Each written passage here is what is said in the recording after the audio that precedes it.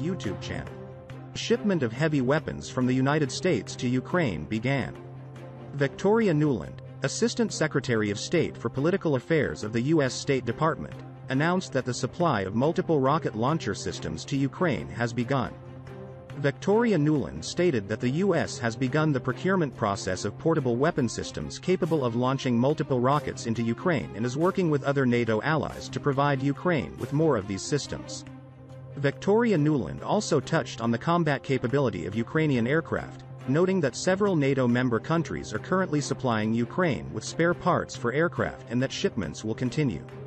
Victoria Nuland announced that the first part of the $800 million aid package to Ukraine, announced by the USA last week, has started to be shipped.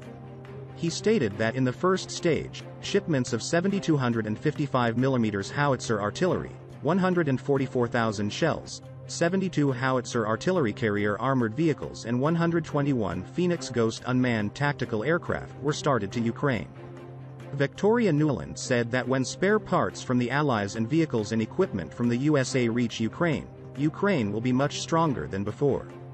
French President Emmanuel Macron, who is holding talks with Russian President Vladimir Putin and declaring that he has the same approach regarding the Russia-Ukraine war with Turkey, announced that air-to-ground ammunition and anti-tank weapons have been delivered to the Kyiv administration since the beginning of the war. Expressing that as a part of NATO, the force in Estonia will be reinforced with French army elements in the coming days, Macron said, "We will continue this effort with the same consistency and borders. We will continue to provide military and humanitarian aid to Ukraine," he said. Meanwhile, Germany did not make a statement on military equipment and ammunition after the summit, while the Berlin administration announced that it would increase humanitarian aid support to Ukraine and neighboring countries to €370 million.